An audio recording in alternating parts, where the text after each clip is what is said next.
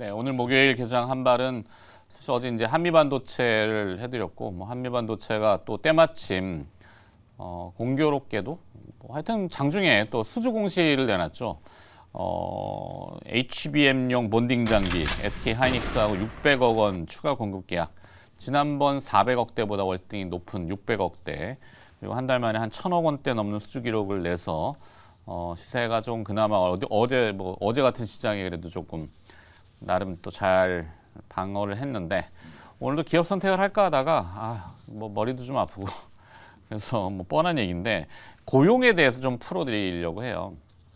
일단 궁극적으로 이 금리가 자극을 받는 거는 뭐 상식적으로 보면 인플레이션의 이제 포인트는 여러 가지가 있지만, 그나마 그래도 최근에 달러가 강해지면서 유가를 밀어내는 데는 조금 성공한 것 같습니다. 유가가 지금 배럴에 84달러 선, 어제도 한 4달러인가 배럴에 급락을 했죠. 그러니까 달러가 강하면은 이 상품 가격을 밀어내는 데는 어느 정도 효과가 있습니다. 그래서 이제 오늘 우리나라 9월 아침에 CPI 소비자 물가가 발표됐는데 3.7% 유가 상승분을 반영해서 조금 높게는 나왔어요. 그러다 보니까 사실 이렇게 물가가 아직도 떨어지지 않고, 물가 상승률이죠. 엄밀히 얘기하면은 상승률이 떨어지지 않고 있기 때문에 미국 내에서는 고금리의 장기화가 고착될 것이다, 이렇게 표현하죠. 근데 거기에 이제 포인트 하나 더 들어가는 게 고용 지표, 고용 동향입니다. 이 고용 동향은 사실 서플라이, 우리가 가격을 얘기할 때 보면은 주식도 마찬가지지만 중학교, 요즘 초등학교 때 배우는지 모르겠습니다. 경제 시간에 보면은 가격은 수요와 공급에 의해서 매칭이 되는, 그게 가격이잖아요. 그러니까 이 고용 시장도 마찬가지입니다. 서플라이와 디맨드 이렇게 되는데, 서플라이는 일자리의 공급이니까 결국엔 기업 담당이죠. 기업은 일자리를 계속 지금 공급해요. 미국의 얘기입니다. 사실 우리 연휴 기간에 미국 국채 금리가 급등했던 또 하나의 포인트가 졸츠라는 얘기는 한 번쯤은 들어보셨을 겁니다. 구인 구직 집계치. 근데 이제 졸츠가 높았죠. 그러니까 기업들은 일자리를 계속 공급해요.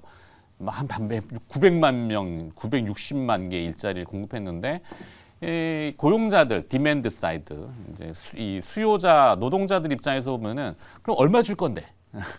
임금 얼마 줄 건데? 그러면은 기업 입장에서는 자, 이 정도 100만 원, 월 100만 원에 합시다 했는데, 이 노동자 입장에서 100만 원에 일 못 해. 120만 원은 내가 받아야 돼. 그러면서 이제 가격이 체결이 하는 거죠. 그래서 그게 딱 체결이 되면은 이제 그 고용 지표로 딱 나오는 겁니다. 근데 어제 미국의 이제 ADP 민간 고용 지표가 앞서 김영민 매니저도 얘기했지만 이전치보다 반토막이 났다. 그래서 고용 둔화로 시장 금리가 내려갔다, 이렇게 해석이 되는데, 사실은 조금 더 들여다봐야 돼요. 내일 이제 비농업 부분의 고용과 또 임금이라는 것이, 임금이 올라가니까 사람들은 주머니에서 가수요가 생기고 자꾸 물건을 비싸게라도 사는 겁니다. 디즈니랜드가 물론 요금을 좀 올렸는데 수요가 없어가지고 요금을 다시 내렸다고 하지만 슬쩍 올려보는 거죠. 자, 이 가격에도 들어올 거야. 그리고 줄을 안 서고도 우리로 치면 새치기가 되지만, 미국은 합법적으로 비용을 더 지불하고 앞서 그 놀이기구 같은 거 이렇게 기다리지 않고 타죠. 우리나라도 분명히 있긴 있어요. 자, 얘기가 좀 옆으로 샜습니다만, 어찌됐건 간에 금리가 이렇게 자극을 받는 것은 고용시장이다. 고용의 불일치. 그래서 그 불일치가 조금 해소되는 시점이 아마 금리가 낮아지고 주식시장은 좀 대반전이 이루어질 텐데, 지금은 확인해야 되는 기간이 좀 더 필요하다, 이런 얘기입니다.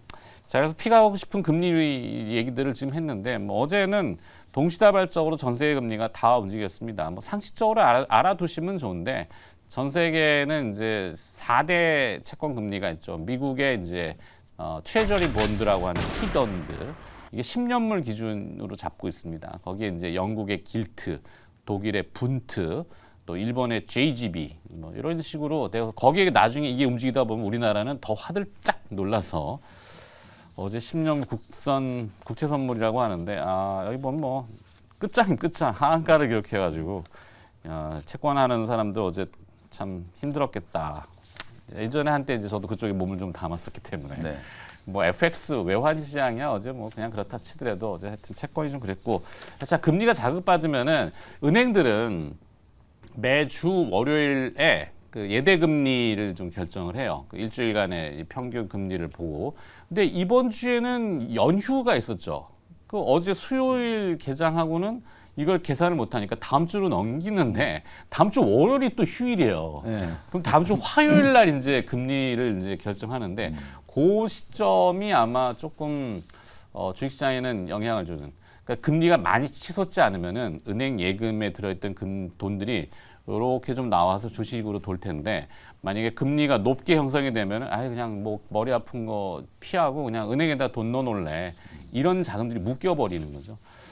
자, 얘기가 또 빙빙 돌아갔는데 자 하여튼 그렇습니다. 금리는 뭐 좀 쉽게 풀어드리려고 최대한 이렇게 설명을 좀 제 나름대로 녹여가지고 해드리는데 골치 아픈 분야라서 자 금리 얘기하지 마시고 자 두 분은 종목 얘기로 사실 뭐 금리 얘기 조금만 뭐 설명을 좀 드리면 있으면. 어차피 이게 좀 트레이딩의 관점으로 봤을 때 채권 금리가 이제 급등한다는 건 채권 가격이 떨어진다는 거잖아요. 네. 가격이 떨어진다는 얘기는 수요 공급의 원리로 보면 그만큼 많이 판다는 얘기이기 때문에 채권 시장 자체도 정말 안 좋다는 얘기예요, 지금. 그 자금이 사실은 채권을 팔아가지고 이제 주식 시장으로 유입될 수 있으면 좋은데 그런 이제 선순환 구조가 안 만들어지다 보니까 어제 같은 이런 이제 금리 발작 현상이 일어나는 거거든요. 네.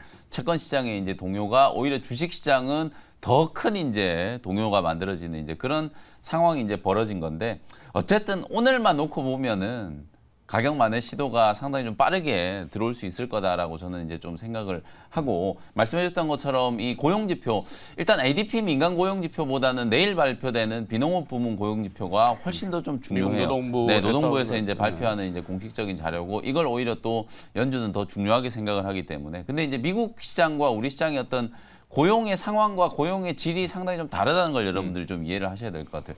여러분 잘 아시는 것처럼 이제 미국은 서비스업이 이제 대부분이잖아요. 우리나라는 고용이라는 게 이제 뭐 정규직, 비정규직 막 이렇게 많이 나누기도 하지만 거의 대부분 이제 제조 쪽에서 이제 나오고 있는 상황이고 이제 고용의 이제 구조 자체가 상당히 좀 다르다 보니까 미국은 서비스업에 종사하는 노동자들은 이제 이직률이 상당히 좀 높아요. 말씀해줬던 것처럼 우리나라 같으면 사실 상당히 상상하기 좀 어려운데 딜을 할 수 있는 거죠. 이제 고용주들하고 시간당 얼마 줄 거야. 이래서 조금 더 높은 쪽으로 계속 옮기고 이런 게 이제 가능한 게 이제 미국 시장이기 때문에 그만큼 이제 미국 시장은 또 노동 시장 자체가 유연화되어 있는 상태거든요. 그리고 아까 졸지 얘기해 주셨다시피 구인 구직 건수가 지금 떨어질 생각을 안 하고 있거든요. 기업들 입장에서는 계속 이제 구인을 하려고 하니까 노동자들 입장에서는 언제든지 내가 일할 마음만 먹으면 찾아가서 일할 수 있다. 그렇죠. 요런 이제 맞습니다.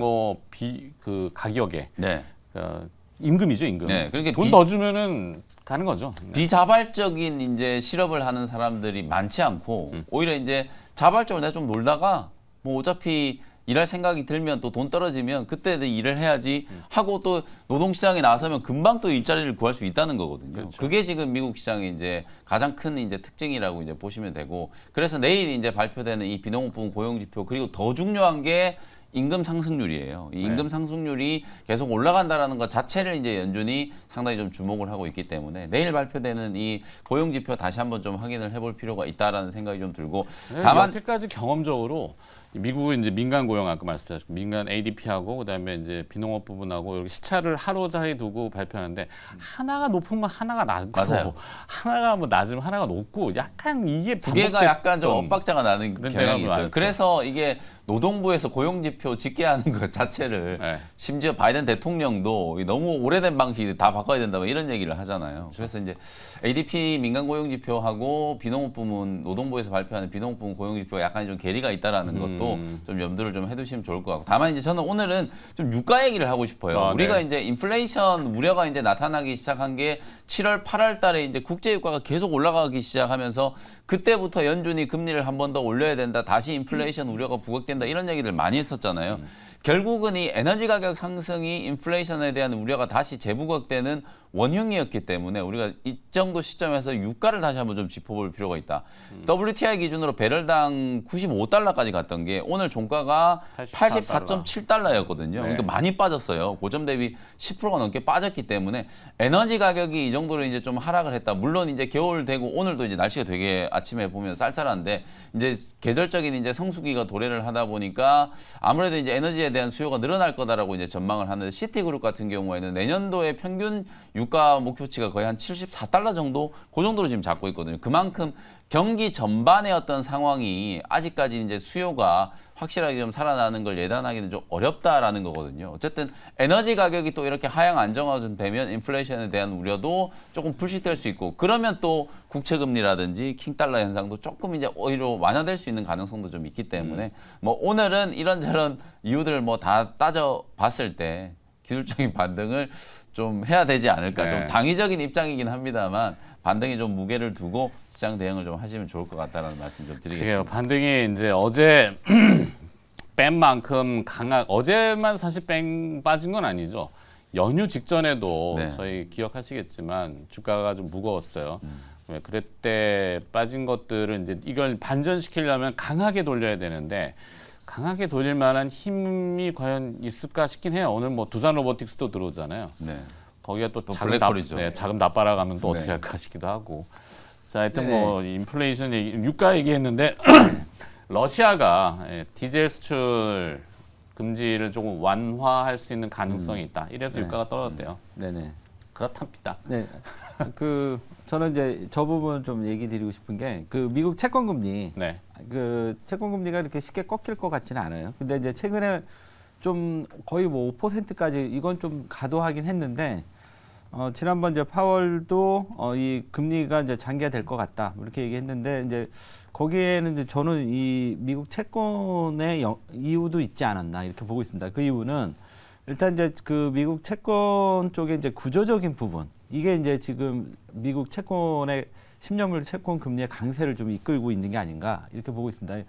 여기서 이제 구조적이라는 거는 일단은 지금 이제 미국이 최근에 그 부채 한도 협상이 끝나고 나서 한 1,030억 달러 지금 이제 부채 그 채권을 장기 채권을 발행하겠다 이렇게 발표를 했고요. 아무래도 그러니까 1,030억 달러면 130조거든요. 그러니까 이거를 이제 물량을 소화를 해야 되는데 이게 옛날에는 이제 미국하고 일본이 열심히 사줬는데 최근에는 이제 중국하고 일본이 열심히 사줬는데 최근에는 뭐 일본 같은 경우도 이제 그 자기 앞가림하기 좀 바쁘고 그다음에 이제 중국 같은 경우는 왜 미국 채권보다는 이제 금 쪽으로 좀 방향을 돌렸고 또 중국이 이전처럼 또 자금이 넉넉지도 않고 그러니까 이제 미국이 채권을 발행하면 이거를 이제 소화를 해줘야 되는데 그러니까 소화가 이제 제대로 좀 이루어지지 않는 거예요. 그러니까 일단 이제 요 부분이 있고 그다음에 최근에 또 미국이 신용 등급이 또 강등이 됐습니다. 피치에서 그러니까 그 A 트리플에서 AA 플러스로 바뀌었는데 이제 이것도 이제 아무래도 채권 가격의 하락에 그러니까 금리 상승 요인이 됐던 것 같고 그렇다면 지금 이제 이러한 이제 구조적인 변화들이 결국은 지금 지금처럼 막 5%까지 가는 건 좀 과도하지만 어쨌든 좀 높은 금리가 계속 유지가 될 것 같아요. 이러한 이제 구조적인 변화 때문에 그래서 그렇다면 이제 시장에도 어떤 변화가 오지 않을까 이렇게 보고 있거든요. 그 변화는 우리가 이제 그 2008년도에 유동성 장이 들어오면서 블랙롤을 대변하는 이제 패시브 자금들, ETF 이런 부분들이 주식시장에서의 이제 하나의 큰 역할들을 했는데 이제 그런 시대가 이제 점점 저물고 이제는 어느 제한된 유동성에 의해서 이제 주식시장이 움직여야 되다 보니까 약간 이제 액티브한 시대로 이제 넘어가는 게 아닌가. 그러니까 최근에 이제 바이오도 보면 전체가 다 못 움직여요. 유한양행이나 한올바이오파마 이런 식의 몇몇 종목들. 그다음에 이제 지금 전체적으로 성장주도 다 같이 올라가는 게 아니라 그래도 최근에 뭐 미국도 그렇고 어제 우리 시장도 보면 HBM. 그러니까 이제 뭔가 성장성이 명확한. 뭐 2차 전지는 너무 많이 올랐기 때문에 빠지는 거고. 그래서 앞으로 주식은 이전에 이제 뭐가 좋다 그러면 그쪽 섹터로 쫙 몰리고 네. 이제 이런 시대는 지났고 이제 철저히 종목 발굴을 통해서 그 종목에서 수익을 내는 이런 시대로 바뀌지 않았나 이렇게 말씀드리겠습니다. 네. 자, 얘기가 조금 애둘러서 빙 돌아갔는데 사실 뭐 개인 투자자분들이 원하시는 거는 금리 뭐 외환 어려운 거 뭐 복잡한 거 네. 사실 들어 하시긴 싫어요. 들어도 뭔지 잘 모르겠고 뭐 하여튼 그러니까 오늘 또 기업 테마 화끈한 거 네, 네. 이런 거 항상 찾으시니까 그래요. 근데 이제 요는 이렇습니다. 고용 지표가 어제 일시적으로 나와서 뉴욕 증시가 반등했는데 하나만 놓고 보고 판단할 수는 없다. 그리고 또 이제 인플레이션도 유가가 낮아지긴 했는데 물론 러시아가 지금 좌지우지하고 쥐락펴락하기 때문에 그리고 또 이제 연방 정부의 셧다운 45일 그러니까 거의 한 달 후에 다시 또 얘기가 나오겠죠. 이런 리스크 요인들이 잠재하기 때문에 넉넉해서 오늘 무조건 공포에 살아 이렇게만 얘기할 수는 없는 거고 지금 좀 포지션들이 많이 커나 그다음에 빚 부채, 그러니까 특히 이제 레버리지, 뭐 신용 융자 항상 늘 얘기하지만 미수 이렇게 매매하신 거래들은 조금 리스크를 줄여놓는 것은 어떨까 이런 얘기들을 하려고 제가 이제 좀 포괄적으로 했고 특히 또 내일 금요일이고 다음 주 월요일까지 또 연휴잖아요. 연휴가 많은 거는 어찌 보면 좋긴 한데 이 금융시장에서는 자꾸 이렇게 이렇게 붕붕 뜬단 말이죠. 다음 주 정도까지는 조금 차분히 얘기를 해야 될 것 같아서 기업은 오늘 따로 선정은 안 했는데 자, 두 분의 기업을 들어봐야죠. 네. 김영미 매니저의 한발 네. 오늘 저는 제약바이오 종목 펩트론이라는 종목을 좀 준비를 좀 해왔습니다. 펩트론으로 사실 최근에 뭐 한올바이오파마, 이뮤노반트 관련된 이제 이슈 속에서 주가가 상당히 좀 강했고 어제도 차익 매물이 좀 나오는 듯 하다가 막 기관들이 저점 매수를 해가지고 어제 같은 장에서도 한올바이오파마 상당히 좀 강하게 잘 끝났고 그다음에 뭐 유한양행도 윗꼬리가 좀 길게 달리긴 했습니다만 유한양행, 오스코텍 막 목표 주가 줄줄이 이제 상향 조정이 좀 되고 있는 상태거든요. 어저께도 말씀드렸다시피 이제 이런 신약 개발하는 기업들에 대한 어떤 뷰 자체가 확실히 좀 달라지고 있다. 우리가 이제 어찌 보면 신라젠이라든지 뭐 헬릭스미스, HLB 이렇게 이제 표적 항암제 이렇게 이제 개발해가지고 3상에서 엎어지고 이런 것들을 너무 많이 봐왔는데 이제는 기술 이전 해가지고 빅파마들하고 같이 이제 임상과 관련된 이제 연구 개발을 진행을 해서 가시적인 이제 결과물이 나올 시점이 분명히 됐거든요. 한미약품이 막 4조 원씩, 5조 원씩 이렇게 막 기술 이전 체계를 했던 게 2015년, 2016년의 일이었기 때문에 이제 그때부터 시간이 좀 많이 지났고 그리고 이제는 기술 이전했던 이제 파이프라인들이 임상 단계가 이제 계속 좀 진척이 좀 되면서 하나씩 이제 결과물들이 나올 시점이 좀 됐기 때문에 분명히 이제 시장이 제약바이오 기업들을 이제 바라보는 시각 자체가 달라지고 있다라는 건 명확한 것 같고요. 일단 10월 달에 지금 ESMO가 당장 있고 11월 달에는 미국에 또 그 면역 항암 학회가 또 예정되어 있고 이런 이제 학회와 관련된 또 모멘텀도 시장 제약 바이오 종목들에 대한 어떤 투자 심리를 좀 끌어올리는데 중요한 이제 모멘텀이 좀 될 수 있다라고 말씀을 좀 드리고요. 펩트론은 뭐 많이들 아시는 것처럼 최근에 가장 이슈가 됐던 이제 비만 치료제와 관련된 국내에서는 가장 좀 큰 수혜주가 이제 되고 있다라고 보시면 될 것 같고 스마트 대포 이 플랫폼 기술이 가장 좀 중요하다라고 말씀드렸잖아요. 약물 효과를 이제 얼마나 오랫동안 이제 지속시킬 수 있느냐. 여기에 따라서 하루에 한 번 이제 주사를 맞는 이제 악센다가 있었고 삭센다가 있었고 삭센다. 그다음에 위고비라든지 마운자로와 같은 이제 일주일 이제 한 번씩 이제 주사 맞는 제형들이 만들어졌고 그리고 이제 비만 치료제가 1개월 막 2개월 제형으로도 이제 지금 개발이 되고 있는 상황인데 펩트론은 이 스마트 대포 같은 이런 플랫폼 기술을 활용해 가지고 1개월에 이제 제형을 이제 개발을 하고 있는 회사다라고 보시면 될 것 같아요. 이 GLP-1 유사체가 마치 이제 꿈의 신약인 것처럼 네. 어디에다가도 다 갖다 붙일 수 있는 이제 그런 치료제로 각광을 받고 있는데 당뇨 치료제로 이제 개발을 했다가 임상을 하는 과정에서 비만에 이제 탁월한 효과가 있다라는 게 이제 발견이 좀 되면서 어찌 보면 이제 위고비, 마운자로 이게 이제 열풍이 좀 불었고 그리고 이게 또 심혈관 질환에도 이제 효과가 있다. 이건 어찌 보면 너무 당연한 기결이거든요. 비만이 이제 어느 정도 이제 치료가 돼서 효과가 체중 감량이 되면 심혈관에도 당연히 효과가 있을 수밖에 없는 이제 그런 구조이기 때문에 지금 비만이 결국엔 지방층이잖아요. 맞습니다. 기름 네. 뭐 이게 이제 말씀하신 대로 뭐 표피 지방층이 워낙 두꺼우면은 네. 주사를 놓으면은 그 겉에만 이게 분해가 되고 그렇죠. 그 심층부에 있는 지방이나 내장 지방 섞여 있는 것들이 네. 잘 안 녹으니까 네. 그래서 이제 양리 전달 거기까지 전달을 해야 되는 거죠. 그렇죠. 그렇죠? 네. 그게 중요한 기술인 거죠. 전달 기술을 펩트론이 이제 가지고 있다. 네. 뭐 이런 얘기죠. 그러면서 이제 뭐 심혈관이라든지 또 치매, 알츠하이머까지도 이제 치료의 가능성을 이제 염두를 좀 해두고 임상을 진행하고 있고 실제로 이제 그 일라일리 같은 경우에는 마음자로 이게 이제 심혈관 치료와 관련된 이제 효과가 올해 이제 하반기 연말이 가기 전에 이제 확실한 이제 치료 효과가 이제 입증이 좀 되면 요쪽 심혈관 치료제로도 미국 FDA 이제 승인이 떨어질 수 있는 가능성이 좀 있기 때문에 최근에 이 위고비를 포함해 가지고 위고비가 이제 생산 설비가 막 미국 FDA에서 너무 이게 막 그 위생 관련된 이제 이슈들이 좀 부각이 좀 되고 여전히 이제 공급 불균형 뭐 이런 것들이 이제 또 이슈가 좀 됐고 또 부작용과 관련된 얘기들이 좀 있어요. 예전에 이제 삭센다 막 치료하고 막 투신하고 이런 경우들이 좀 많이 있었는데 우울증. 네, 우울증 관련된 이제 이슈들이 많이 있어서 그거는 이제 이 비만 치료제뿐만 아니라 모든 약물에 이제 따라붙어 다니는 이제 그런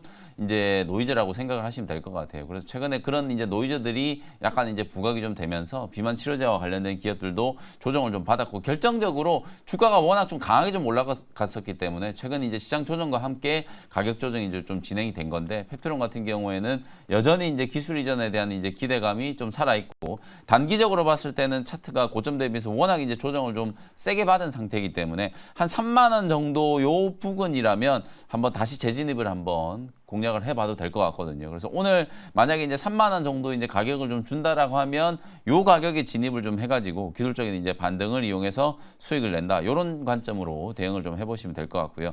매수 가격은 3만 원 정도 이제 잡아드리고 목표 가격은 36,000원, 손절 가격은 26,000원 정도로 가격 전략 참고해 보시면 되겠습니다. 네. 김현민 매니저는 오늘 펩트론을 한 발로 선정해 주셨고 그다음에 펩트론에 네. 대한 이어근 매니저의 생각은? 그 펩트론 주가를 보면 이제 미국의 1112 주가하고 거의 뭐 유사하게 움직이더라고요. 그래서 그 펩트론 주가를 보려면 이제 1112 주가 같이 보면 좋을 것 같은데 오늘 미국 시장에서 1112가 이제 어느 정도 이제 저점을 찍고 좀 돌아서는 이런 모습이 나타나고 있어요. 그래서 펩트론도 이제 지금 이 자리에서 어느 정도 지지선이 나왔기 때문에 일라일리와 마찬가지로 반등 흐름이 나오면서 이전 주가 회복하는 정도의 수준까지는 상승 흐름이 나오지 않을까 이렇게 보고 있고요. 지금은 조금 이제 쉬어가는 구간이지만 또 이제 어느 정도 쉬고 나면 또 다시 한번 또 상승 흐름이 나올 수 있으니까 관심 있게 보면 좋을 것 같습니다. 네. 언뜻 들으면은 예전에 네. 막 그 뭐 바르면은 여성분들이 가슴 커진다는 크림이 있었는데 네. 요즘도 있나 모르겠어요. 네. 느낌은 홍 박사를 아세요처럼 느껴지는데. 아니 뭐 그렇다는 얘기는 아니고 하여튼 네. 과하지 않게 꼼꼼히 왜 그 네. 기업이 어떤 이유로 비만 치료제라는 게 이제 무슨 생각인지 이런 것들을 정리해서 투자 판단을 하셔야지 무조건 막 이렇게 하면은 좀 네. 낭패할 수 있다. 아이고 이 얘기죠 뭐. 네. 자 그래서 이호근 네. 매니저는 오늘 한 발 어디로 가시겠어요? 저는 그냥 저도 이제 좀 빠졌던 쪽에서 올라올 수 있는 STI. STI. 예, 이 반도체 장비 회사인데요. 예사는 뭐 STI가 이제 올해 좀 핫했던 이유는 HBM이었던 것 같아요. 일단 이 회사는 어떤 회사냐면 그 반도체 공정에서 이제 중앙에서 화학약품이 이제 필요할 때 공급해주는 CCSS 이게 이제 이 회사의 이제 주력이었는데 이 회사가 이제 이 부분뿐만 아니라 이제 최근에는 메인 공정 장비 쪽으로 이제 그러니까 그 CCSS가 약간 인프라 쪽이었다면 이제는 이제 메인 공정 장비 쪽으로 이제 진출을 하면서 이전하고 좀 사업 구조가 좀 바뀐다 이렇게 보시면 될 것 같아요. 그래서 이전에는 이제 이게 약간 인프라 쪽에 가깝다 보니까 반도체 사이클하고 거의 비슷하게 움직이니까 반도체 사이클이 안 좋을 때 그냥 쭉 빠지고 좋을 때 올라오고 뭐 이제 이런 부분들이 좀 이 회사의 약점이었는데 이번에 이제 보시면 이제 니플로라던가 그다음에 FC BGA 현상기 그다음에 웹 시스템 뭐 이런 쪽으로 지금 이 회사가 메인 공정 장비 쪽으로 좀 점차 매출이 비중이 넘어가는 이런 지금 과정에 있습니다. 그래서 이 부분이 이제 그 체질적으로 기업이 좀 바뀐다는 점이 이제 첫 번째 포인트가 될 것 같고요. 두 번째는 이 회사가 이제 최근에 이제 HBM 니플로 쪽이 기대가 모았는데 일단은 이제 이게 이제 수주가 최근에 조금 있었어요. 그래서 이 부분이 이제 내년에는 이제 본격화되지 않겠냐. 그렇다면 이 회사에 대한 이제 과거에 우리가 단순하게 이제 인프라 장비 쪽이라는 점 때문에 이제 그 밸류를 좀 낮게 줬다면 지금은 조금 이제 리레이팅이 좀 필요한 시점이다 이렇게 말씀드리겠고요.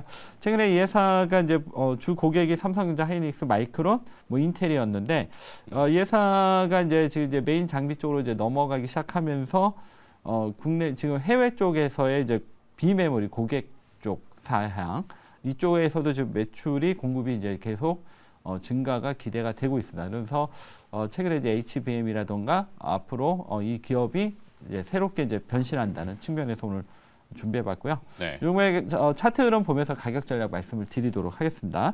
일단 이 종목은 최근에 이제 시장이 상당히 혼란스러운데도 25,000원 정도에서는 지금 지지선이 확보가 어느 정도 지지가 되고 있어요. 이 얘기는 주가의 흐름이 상당히 좀 안정적이다고 보시면 되겠고, 이 구간 오늘처럼 이제 지수가 반등이 들어올 때 지금 자리에서 일단은 반등이 좀 기대해 볼 수 있지 않나 이렇게 보여집니다. 그래서 매수가는 26,000원이고요.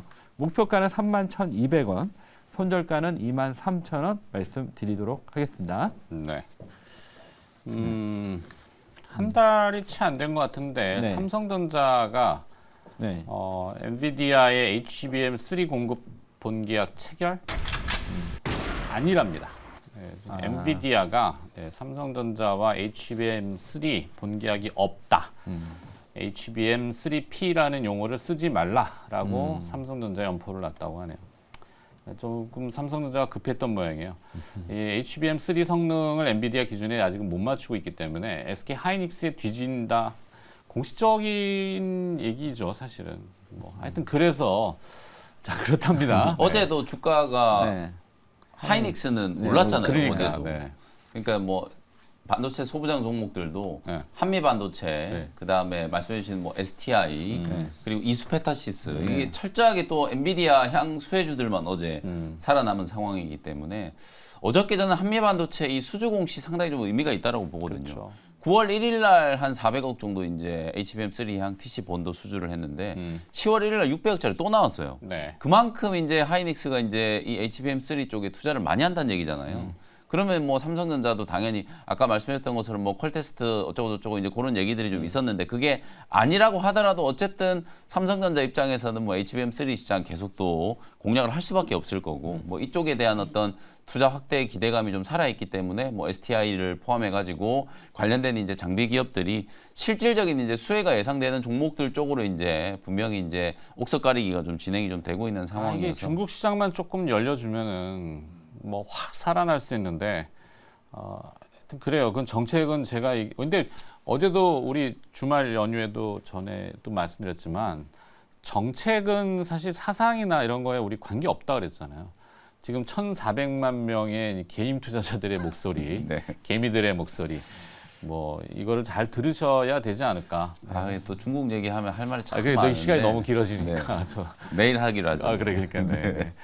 민감한 건 뺍시다 우리. 네. 잘 되길 바라면서 화이팅. STI에 네. 대한 김현 매니저 생각은 네, 그래서. 방금 뭐 말씀드렸던 것처럼 실제로 이제 STI 같은 경우에는 CCSS 장비에다가 최근에 FCPGA 현상기, 그 다음에 또 리플로우 장비 이런 쪽으로 이제 확대가 좀 되고 있는 상황이어서 충분히 이제 반등이 좀 여지가 있다 이렇게 말씀드릴 수 있겠습니다. 알겠습니다. 잘 들었습니다. 자, 두 분의 한 발은 오늘 정리해서 김현 매니저는 펩트론, 그다음에 이호근 매니저는 STI 이렇게 정리하면서 마무리하도록 하죠. 오늘 고생하셨고요. 내일 또 고생해 주세요. 고맙습니다. 네, 반갑습니다.